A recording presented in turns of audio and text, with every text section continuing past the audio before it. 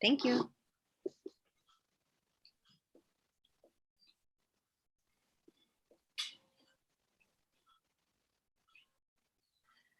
Bismillahirrahmanirrahim. Assalamu alaikum, everyone. It's good to be here. Today, we will be continuing our discussion of this text. Bismillahirrahmanirrahim. Rabbi shrah li sadri wa yassir li amri wahlul 'uqdatam min lisani yafqahu qawli. Rabbi zidni ilman warzuqna fahma. Today, we'll be continuing our exploration and discussion of the sixth truth, the gate of splendor and eternity, the manifestation of the names of glorious and eternal, in which we reflect on the qualities of the Creator who is glorious and eternal, inshallah. As always, we would love to hear your thoughts and questions, so please feel free to participate in the discussion. I'm going to do a quick recap of last week's halakha by Brother Ahman, in which he covered the first three principles of the sixth truth, which is driven by the notion of the Creator's dominicality, his supremacy and greatness, as further proof of the existence of a hereafter and how our current form and qualities necessitates and signals the existence of hereafter. How can we explain our innate desire for happiness, pleasure, and joy to be everlasting? How do we reconcile this innate desire for eternity with a reality that is transient? What is the message written for us in this phenomenon? The first principle makes the comparison between this world and a caravanserai. It's a temporary stop within a vast journey that has a final destination. Historically, a caravanserai is a place for traders and merchants to rest, recover, and even seek protection from bandits and also natural risks, such as rain and storms. It is also a center for trading news, stories, merchandise, ideas, and even for mingling. Oftentimes, local cuisine is sampled and foreign etiquette is observed in a caravanserai that was usually built as an endowment by a wealthy ruler. If the world is a caravanserai, then it was built with purpose and with the nature and the needs of its guests taken into consideration. If the world is a caravanserai, then it too has a host and ruler who's generally looking out for its guests and providing for their needs. In the second principle, it is highlighted that there is the existence of a generous sustainer for all who have been invited and welcomed into this caravanserai.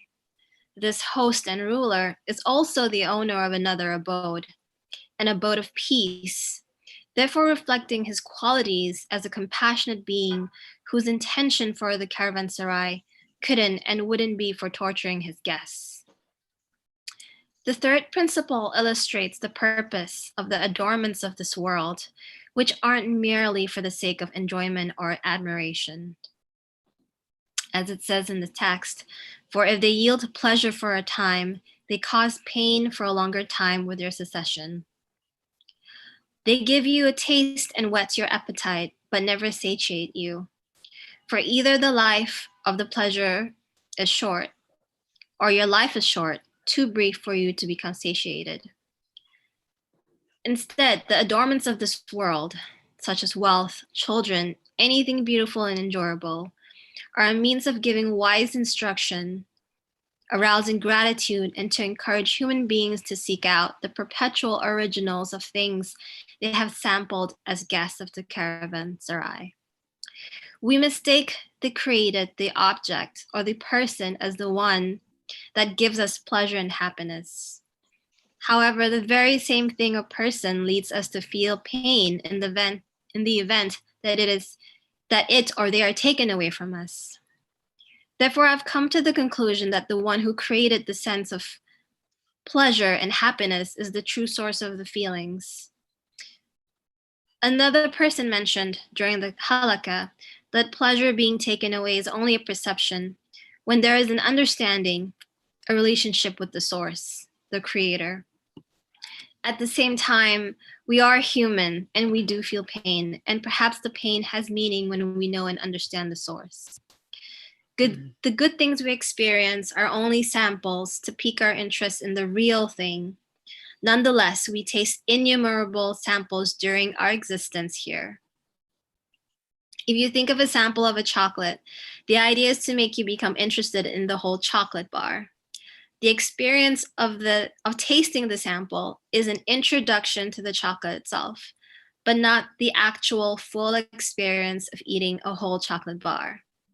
And for anyone who has had a bite and taste of really good chocolate, you know one piece isn't enough. You want another bite and another. But the sample giver can only give you a taste. The source and the manufacturer of the chocolate bar can offer you more.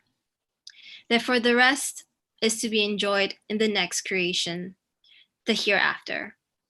Now that we've recapped principles 1 to 3, let's begin our exploration of the following principles. There is a lot of imagery used by the author, which is very useful in discussing abstract ideas. So I encourage you to use your imagination while reading the text and relate the concepts to yourself in your life, wherever applicable. So let's start reading the fourth principle. You will understand also that the adornments of this world are like samples and forms of the blessings stored up in paradise by the mercy of the compassionate one for the people of faith. And there is a footnote here, and it's very long. So with the help of Hatija, we were able to copy and paste it into Word document. But before I read the footnote, does anybody have any thoughts that they want to share or questions based on the fourth principle, what we just read? You will understand also that the adornments of this world are like samples and forms of the blessings stored up in paradise by the mercy of the compassionate one for the people of faith.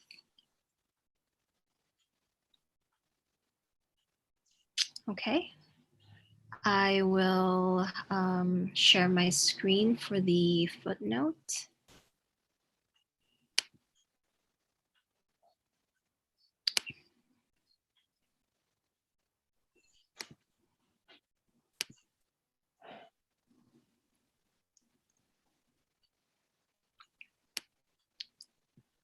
I'm going to start reading the footnote now. There are numerous purposes for the existence of everything, and numerous results flow from its being. These are not restricted to this world and to the souls of men, as the people of misguidance imagine, being thus lost in vanity and purposelessness. On the contrary, the purposes for the existence and the results of the being of all things relate to the following three categories.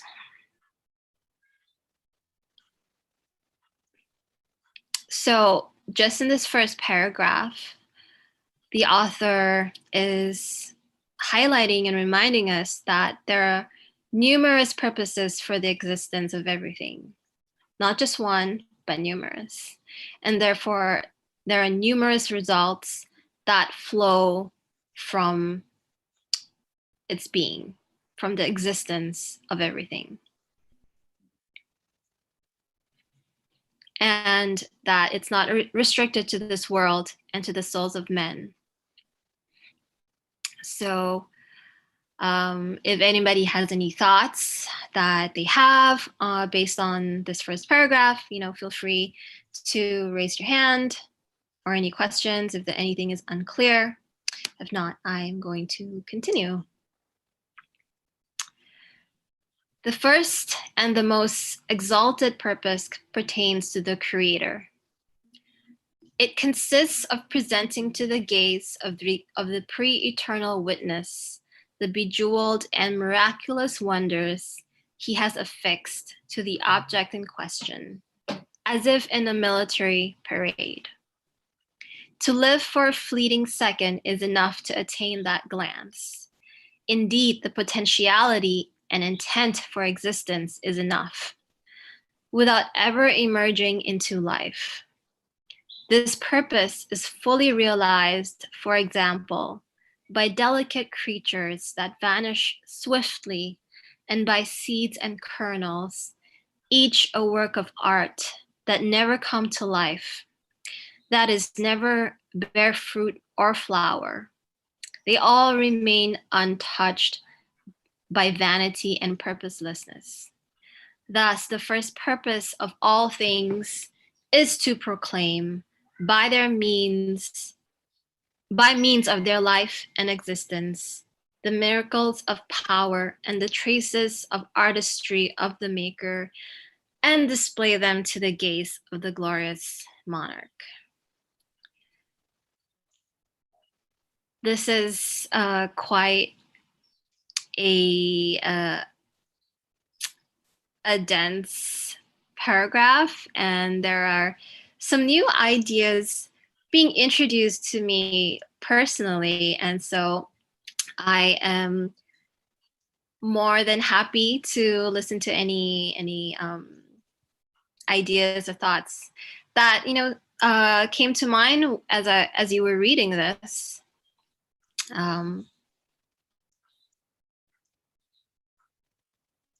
So from this first purpose, what came to mind is, why is this significant for us? Why is it the first purpose to proclaim through their life and existence the miracles of power and the traces of artistry of the Maker, and display them to the glorious monarch? Why is this significant for us? Why is it significant for us to know this? And I was reflecting upon this, and what I realized is that from the smallest creations or events, even a tiny seed, to the biggest creations and events, everything has a purpose and fulfills its purpose in an order that is decreed by its creator, even if it exists for a short period. And that is relative, right? Then it still performs its purpose by demonstrating the miracles of power and the traces of artistry of the Maker, and display them to the gaze of the glorious monarch. In my personal reflection, I thought about loss and how loss is something every human being will experience. For example, losing a loved one, be they young or old, it will always feel like they were taken too soon. And we may begin to wonder, what is the point of life if it ends, especially prematurely or even a transient period of our life when we experience happiness? What is the point of its short-lived existence? This principle taught me, or this purpose taught me, that the very process of something coming into existence and being manifested by the Creator, by His will, means that it has fulfilled its purpose. Therefore, nothing is touched by vanity and purposelessness. The very process of a creation coming into existence, according to His will and decree, and purposeful enough for any and every creation.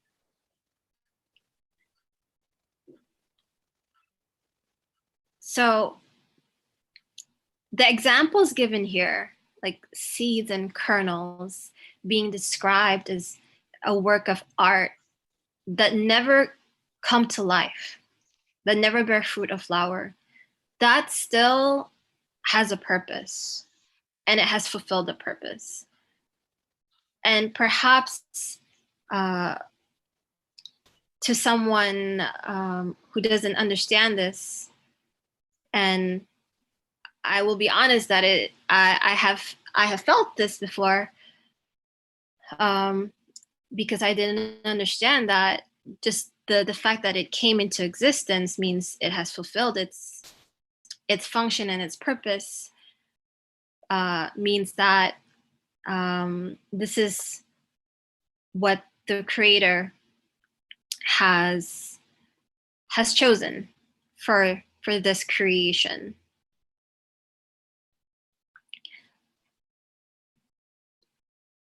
So are there any thoughts on why this is significant to us? Any reflections on how this resonates with you and how you can relate to this purpose? Please feel free to share, to speak up. I know it's quite a complex idea. Well, at least for me, it is. Perhaps you need a bit more time to think about it. Let me know.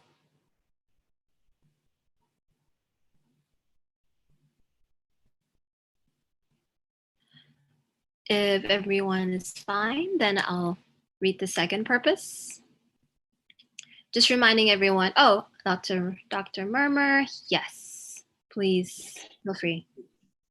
Just to turn this discussion into an interaction. So I just wanted to jump in, and there is a very, how do you say, mysterious looking phrase here. So they are displayed to the gaze of the glorious monarch.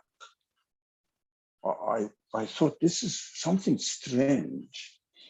The creator creates the things, and the creator looks at it. Now, it is our principle that we should always keep in mind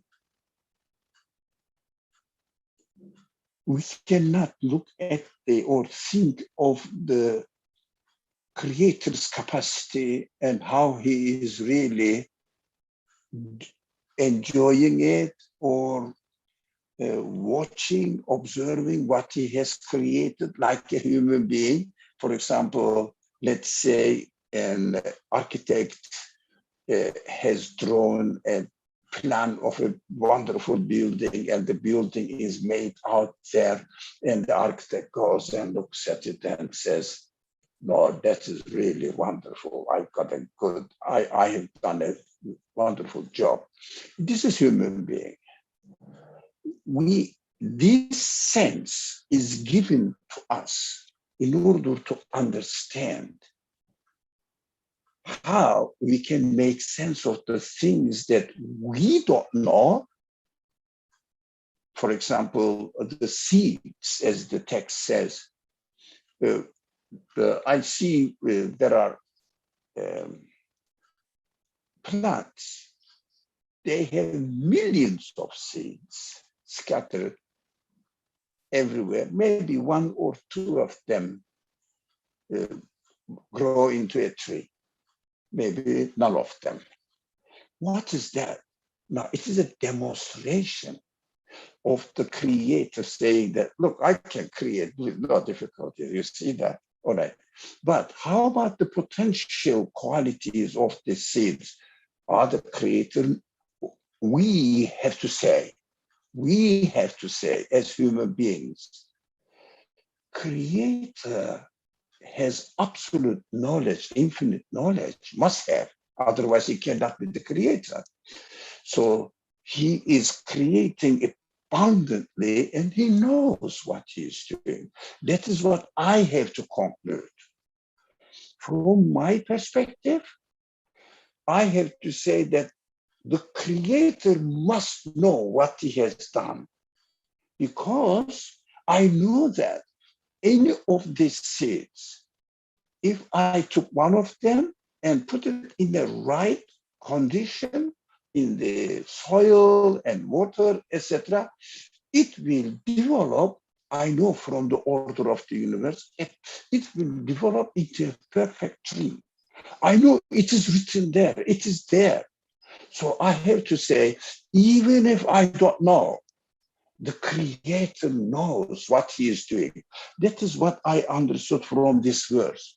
They are presented, displayed to the gaze of the Creator. The glorious monarch is the owner of this universe, because He must know what He is doing. And in, to make sure I can, whether He knows or not, I can take any of this seed or anything that for example, there is an island somewhere in the ocean, no one knows, and there are many animals and plants or all sorts of creatures there. No one has experienced it. For example, let's say millions of years ago, when the plants created, but the human beings have not been introduced to the earth, there were many plants, and none of the conscious human beings observed them and benefit from them. Was it a waste? Oh, no, it is demonstrating for me the absolute knowledge, power, etc., generosity, mercy of the Creator. Now, for example, let's say, as a human example from human experience, a baby was, before the baby was born, the parents get the room ready, or his or her bed ready, or the clothes ready. They know what they are doing. The baby is coming. It shows that although baby doesn't enjoy it, but because the baby has not come or has not been sent to this world yet, because he or she wasn't born yet, but the parents know it. But later on, baby realizes that, my parent knew what I needed, and they prepared everything for me, so that it will make sense from the baby's point of view when he realizes it. Of course, belief in the absoluteness of the knowledge, power, or all qualities of the Creator makes the baby, example, grown one, and understands that, God knows it. He is doing it. He is not really wasting, but he is just demonstrating his absoluteness to me. That's what I got. I got that from this last phrase, presenting the displaying them to the gaze of the Creator, glorious monarch. The last phrase on the first principle, first purpose. Sorry, yeah, that's it. Thank you very much. Thank you, Dr. Murmur.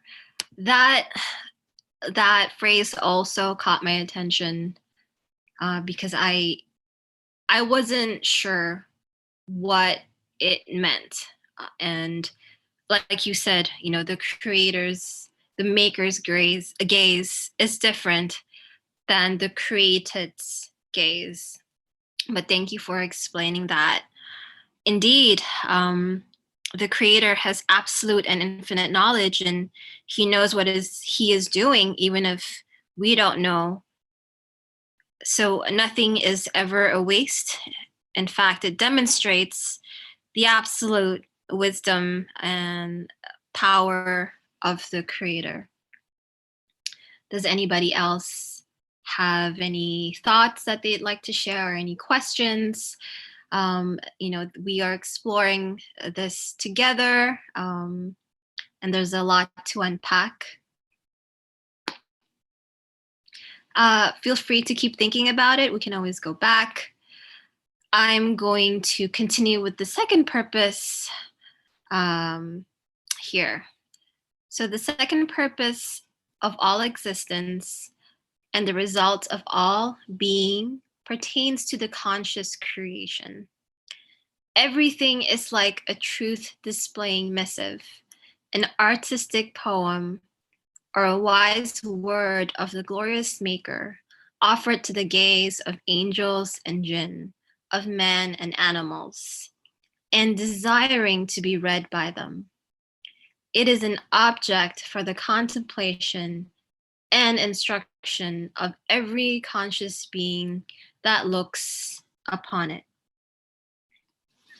So, as I was reading this, what crossed my mind is, what is a conscious creation? What is the difference between a conscious creation and a non-conscious creation? Does anybody have any thoughts on this?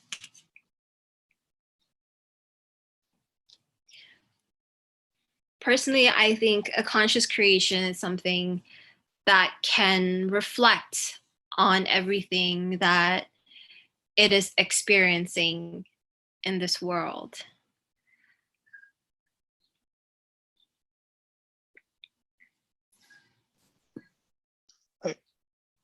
I have a thought. Yes, please go ahead. It's I saw a video earlier today how someone was trying to explain the fourth dimension. They took an apple and they said, let's say this apple can only see two dimensions, so flat, like a piece of paper. So this apple, through time, as it's seeing itself through these two dimensions, it's being scanned basically by a flat plane. So it, at some point, it's seeing itself as the skin of the apple. At some point, it's seeing itself, for a long time, it's seeing itself as the meat of the apple of the apple.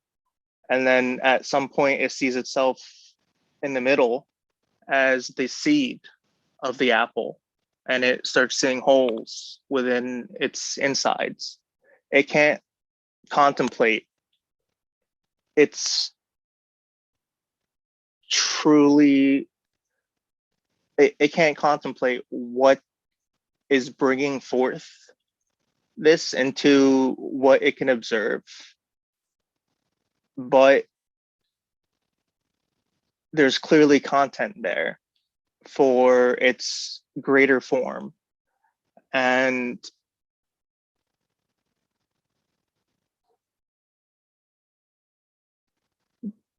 by bringing forth a faculty and dimension available to the creation, we're able to indulge in the zahar, the manifest of our seeds, of those seeds being planted.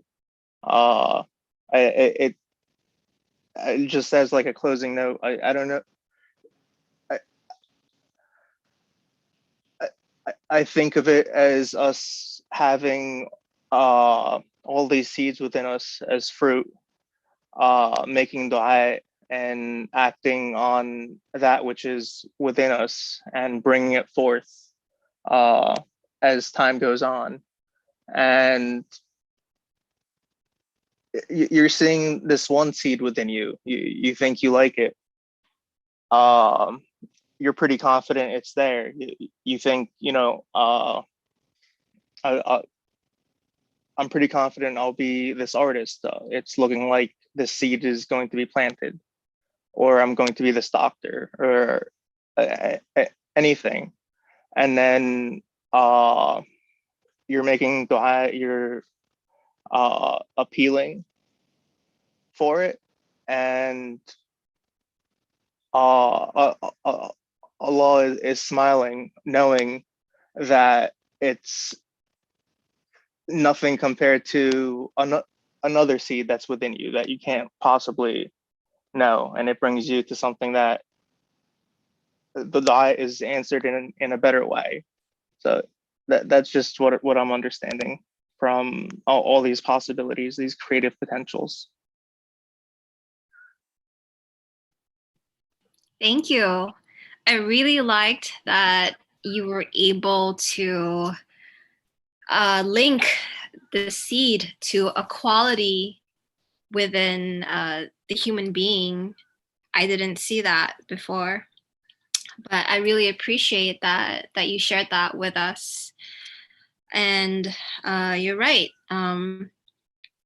Everything, as this the author is saying here, everything is a truth displaying missive. So everything about the human being, about us, even from us as a whole being to our qualities, that is a truth displaying missive. And even this phrase, truth displaying missive, uh, this is very, very fascinating.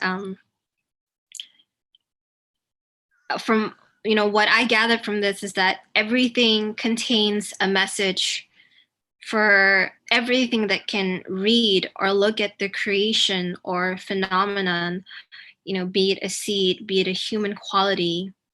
And it is a message that contains wisdom and compels us to contemplate, reflect, and take action accordingly. And that action is to acknowledge the reality of one's existence, to accept one's createdness and dependence on the creator, and to express gratitude, and to truly believe that nothing is in vain or without purpose.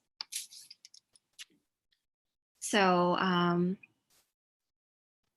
are there any more thoughts or questions? I know that it does take time to head my wrap around these concepts. So we're all in this together.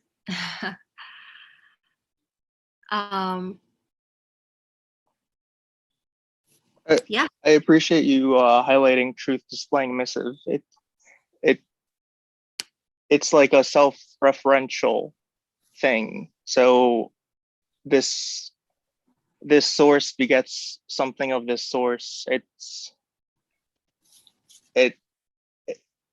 if you ever look at like an MC Escher painting, it's coming from,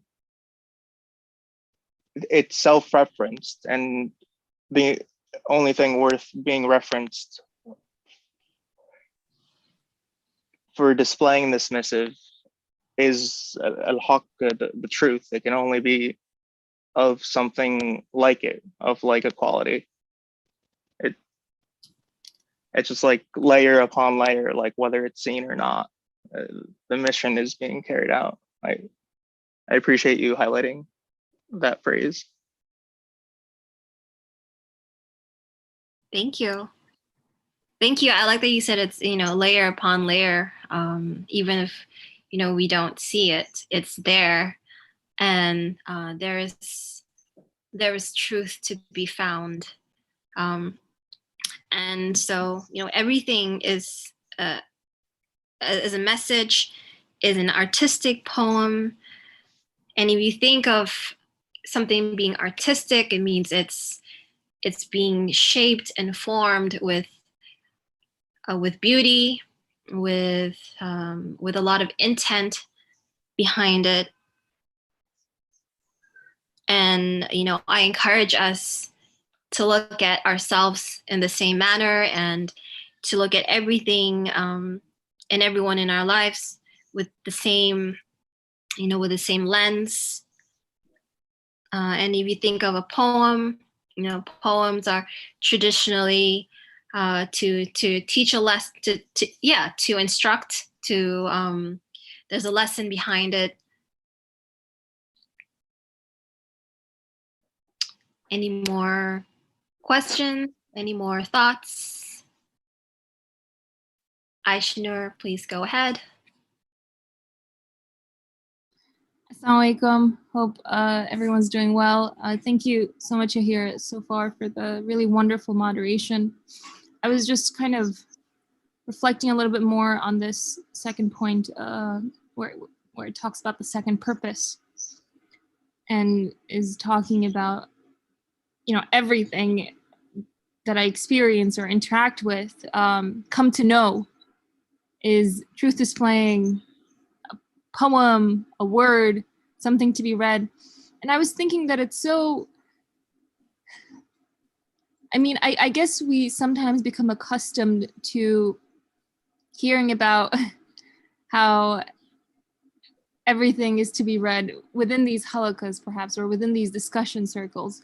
But I was just thinking how radical of a paradigm shift it is from what we're told and explained outside these discussions, or just, you know, within my within the educational curriculum that I've grown up in, you know, where, you know, if I look at the leaves of a plant, I'm told that it refers to itself and only that.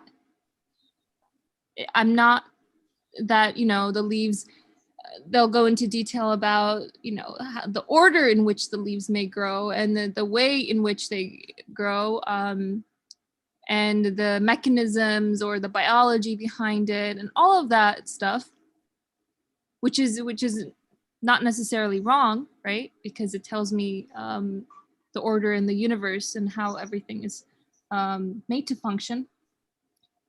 But I'm never told about the idea that the quality that I experience in that leaf, the gradients of colors that I see in it, for example, or sometimes when it comes to my plants, unfortunately, perhaps the droopiness of the leaves, which are speaking to me, saying, you're not reading us well enough in terms of what we need.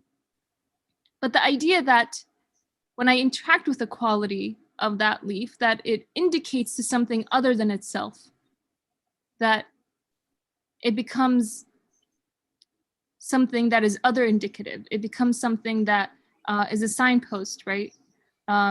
Just as, you know, the letters that we interact with in a page are by themselves gibberish. They're just, you know, arrows going one way or lines going in a different way or certain curves of a letter. But there's meaning in that because they refer to meaning.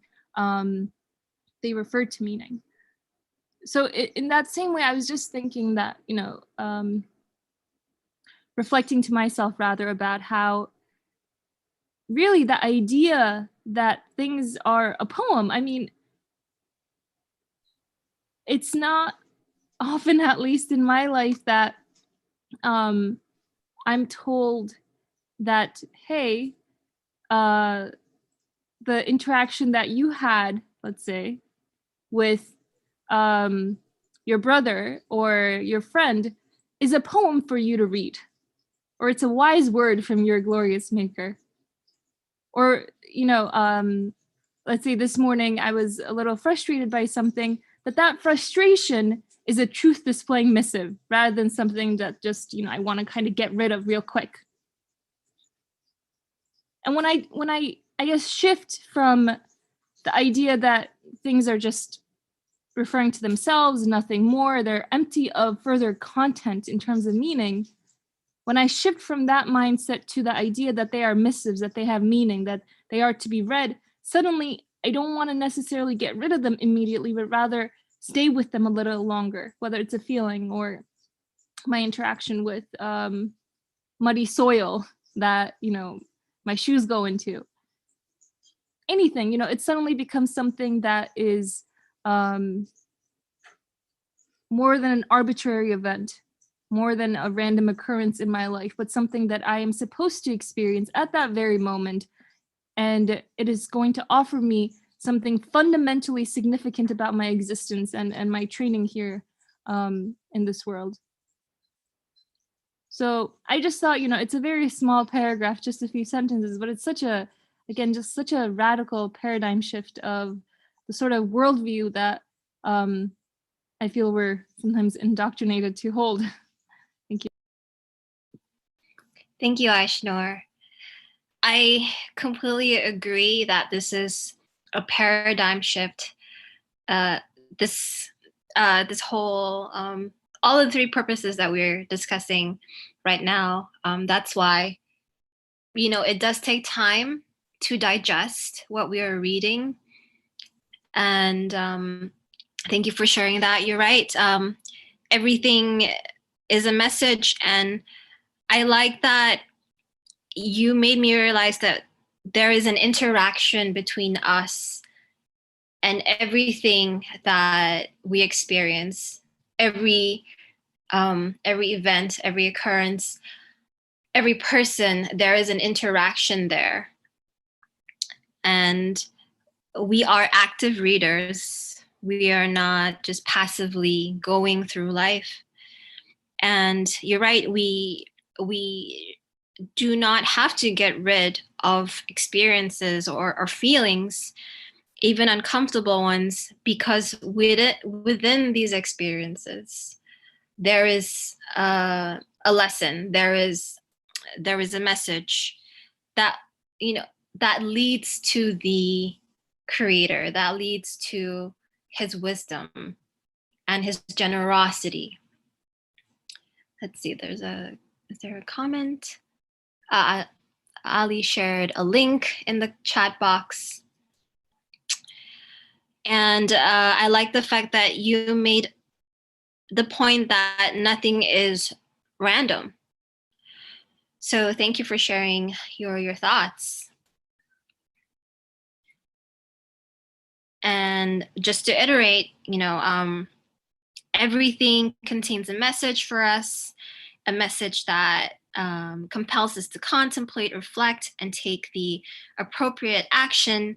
And that action is to acknowledge the reality of our existence, to accept our createdness and dependence on the Creator and His wisdom, and to express our thankfulness and our gratitude to the Creator.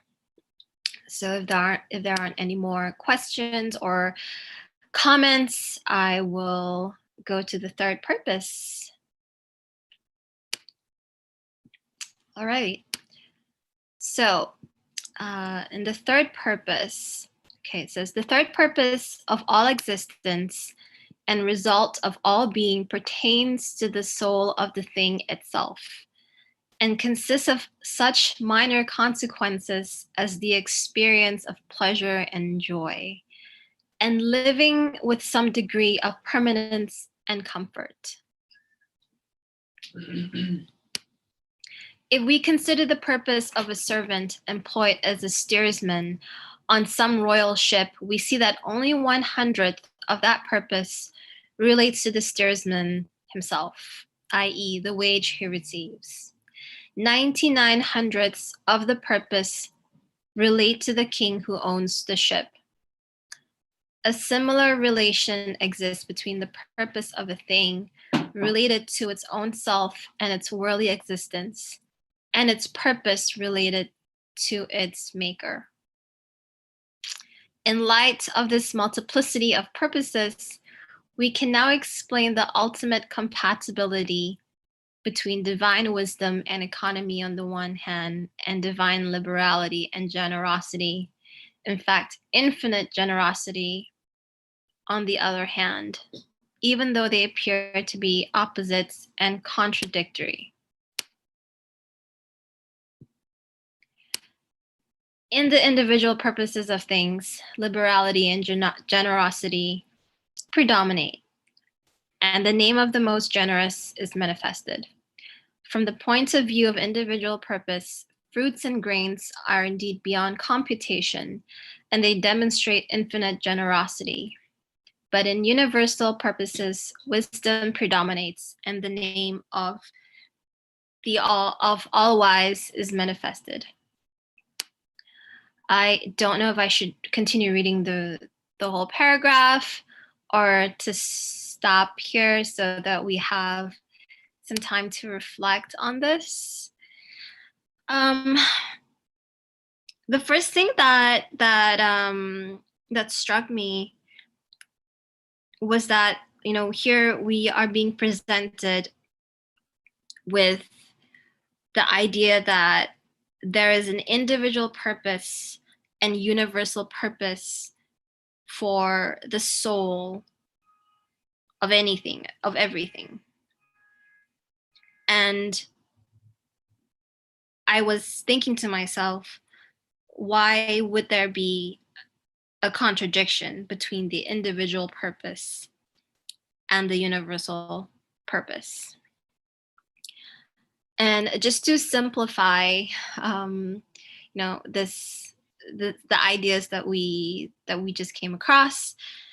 So the individual purpose here is defined as minor consequences, such as the experience of pleasure and joy in living with some degree of permanence and comfort. So let's relate this to ourselves. And, it is true that when it comes to our individual selves, we think of our purpose as to achieve some kind of happiness and some kind of permanence and especially comfort in our existence, be it in this life or in the hereafter. That is our goal, to achieve this, the permanence of pleasure and happiness. And the author here is explaining to us that a small percentage of purpose is dedicated to the individual purpose, while the rest serves a larger, more exalted cause. And that is the universal purpose, which is to serve the collective, to serve a larger purpose, and to create maintenance of order and balance. Any thoughts so far? I know that this is, quite complex. In my opinion, it is.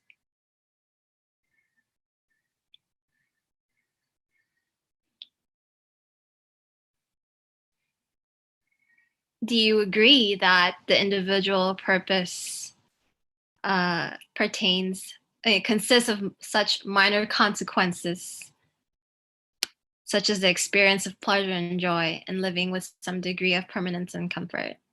Do you agree with that, or do you think that's more to the individual purpose? Think about it.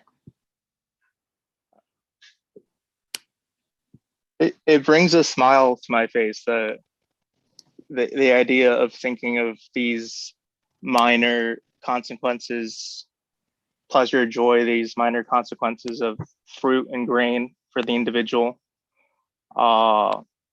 There's just like an afterthought in comparison to the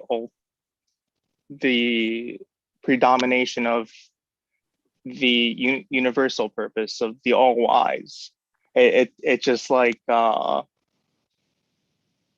these pleasures and joys in the first part of the paragraph, and these fruits and grains in the second part, that there's a parallel between them. And when we think of fruits and grains and pleasure, joy, relief, leisure, it's commonly speaking of Jannah. So it's kind of funny. There's some humor or lightheartedness, thinking how small a matter bringing Jannah to those who've been granted it is. It's like, oh yeah, the Jannah, yeah, that's a given. But what do you think of the test? I spent like a long time like working on the test, but yeah, the grading will take like a second. I don't know if that applies, but it's just like an interesting thought that it's so minor, rewarding the creation compared to manifesting in the computational complexity of testing each part of the creation. Mhm. Mhm. Thank you, Ali. Dr. Murmur, would you like to speak?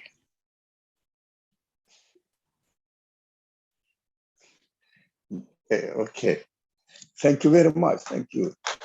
This reminded me, this analogy between this universal purpose and the purpose which is related to every individual as far as their capacity is concerned. It is perfect. The example of the ship and the steerman is a very simple example, but explains everything.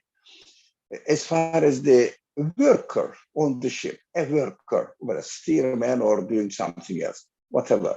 So as far as this person is concerned, he's benefiting a small piece from the existence of the ship or from the ship. But his salary, that's it.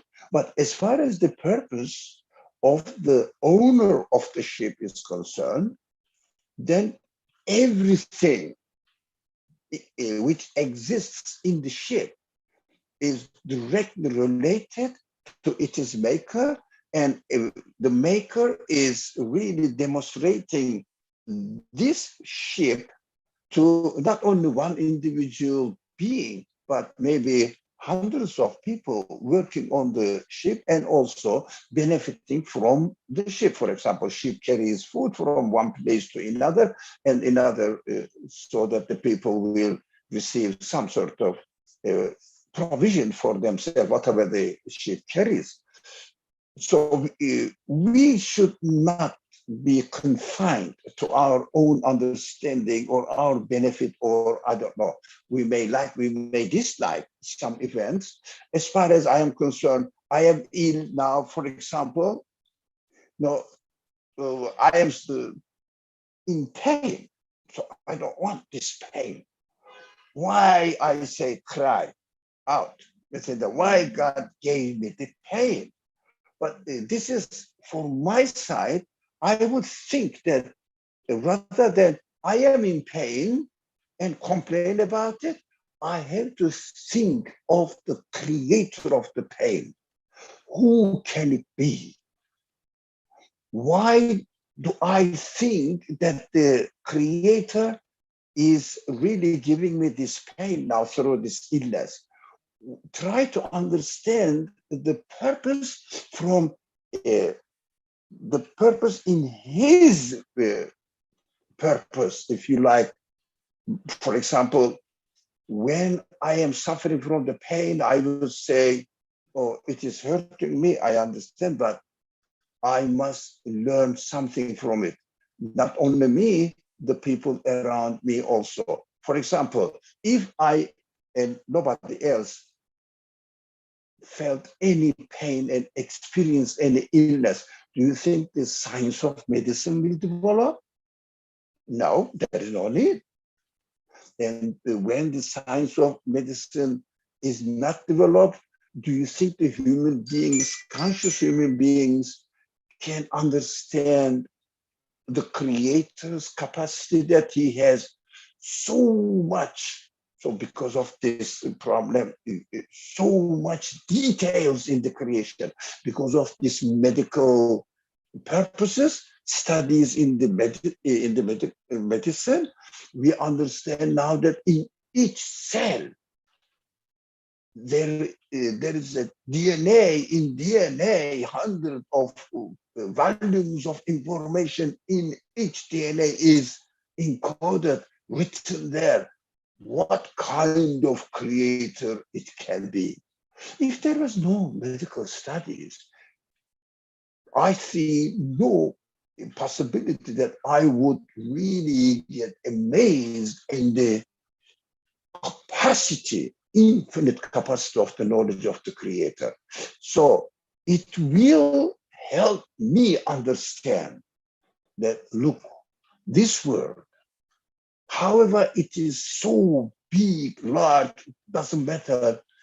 As far as I am concerned, it doesn't satisfy my expectations. What shall I do with it? I can easily say that, look, if the creator of this world has encoded the knowledge of 100 something volumes, not pages, volumes of books in a very tiny bit cell that I can't even see it with my naked eye. Of course, he knows something. Of course, he is powerful enough, knowledgeable enough that he has created me with the need for eternal happiness. Eternal happiness, paradise. Our friend Ali was saying Jannah, I think he meant paradise. So paradise means every expectation of every human being or conscious beings are to be met. That promise is just ingrained into my own expectations, my own qualities, human qualities. I need that promise. And that promise is going to be fulfilled because the one who gave me this potentiality, this capacity to understand that I need this, can do it. Because I have observed what he is like, what he is doing here. So from one aspect, it looks like wasteful creation. From another aspect, it is demonstrating in front of my eyes the generosity, liberality. It means no limit to his qualities. He's so generous. Why that generous being who is my creator should not accomplish, satisfy my expectations? Why? He shouldn't do that. That is the relationship between my portion in the creation of this universe. For example, I've never been to the galaxies. What is the point in creating galaxies? Oh, yeah, there is a point. Why? I see the galaxies. The people study the galaxies, and then they bring some sort of information to me, to my attention, and I say, oh, I'm very, very satisfied that my creator can do everything. He is an absolute being. He has no limit. This generosity responds to my expectations. So I see the repercussions there, and I see that it is echoing to my expectations and satisfying me. Thank you. This was a very beautiful connection between individual benefit from the creation and universal purpose in the creation. We should never forget that we should pay attention to the universal purpose in the creation. Thank you very much. Thank you, Dr. Murmur. Thank you, Ali. Dr. Murmur, thank you for illustrating the interconnectedness between individuals and the rest of the creation. Just because we have run out of time, I just want to close by bringing awareness, similar to echoing the thoughts of Ali, who said like our individual goals seem like an afterthought, and that's because in a culture of individualism and materialism, the individual purpose reigns supreme. And the author of this text, however, is laying out the argument that it isn't. And at the same time, there is compatibility between fulfilling one's individual purpose and universal purpose. So if there are any more comments or thoughts, please feel free to share. Otherwise, I think we can end the session. Any questions? Any ideas? I just wanted to thank Dr. Murmur for his explanation. I felt a lightness from gaining an understanding through the way he described it. and that there are these volumes moving according to the creator. And if your intent, your own individual intent, is desperately trying to land, is obsessing over getting it right, you're on a rowboat and you're traveling with this gigantic fleet. There's such a peace in knowing, there's such a relief knowing that it doesn't matter if I don't need to overthink if it's coming from the heart part of the fleet or the mind part of the fleet, or the tongue part of the fleet. Knowing that when aligning one's individual pursuits with, and hoping to align with that which is most wise and the most truthful, there's a relief in knowing that it's gonna get there. You're not, one isn't carrying one's sentence or letter contribution shouldn't be my overthinking. Was cured knowing that there are volumes like the tide is bringing it to where it needs to go. Thank you. Thank you. Thank you, Ali. Any more comments? I just want to thank everyone who spoke today, who shared. Even if you didn't speak up today, and you were contemplating to yourself, you did a really good job of relating these concepts, these ideas back to yourselves, to your own lives. I think this is the best way to study this text personally. To always, bring it back to us, how does this apply to me? Because, ultimately, these lessons are for us to gain better understanding of who we are, of the creator, and the rest of the creations. So if there are no more comments, I think we can end the session. Would you like to make the closing prayer, or should I? Yeah, please go ahead. Okay, sure. Bismillahirrahmanirrahim. Subhanaka la ilma lana illa ma alamtana innaka antal alimul hakim. Ameen. Al-Fatiha.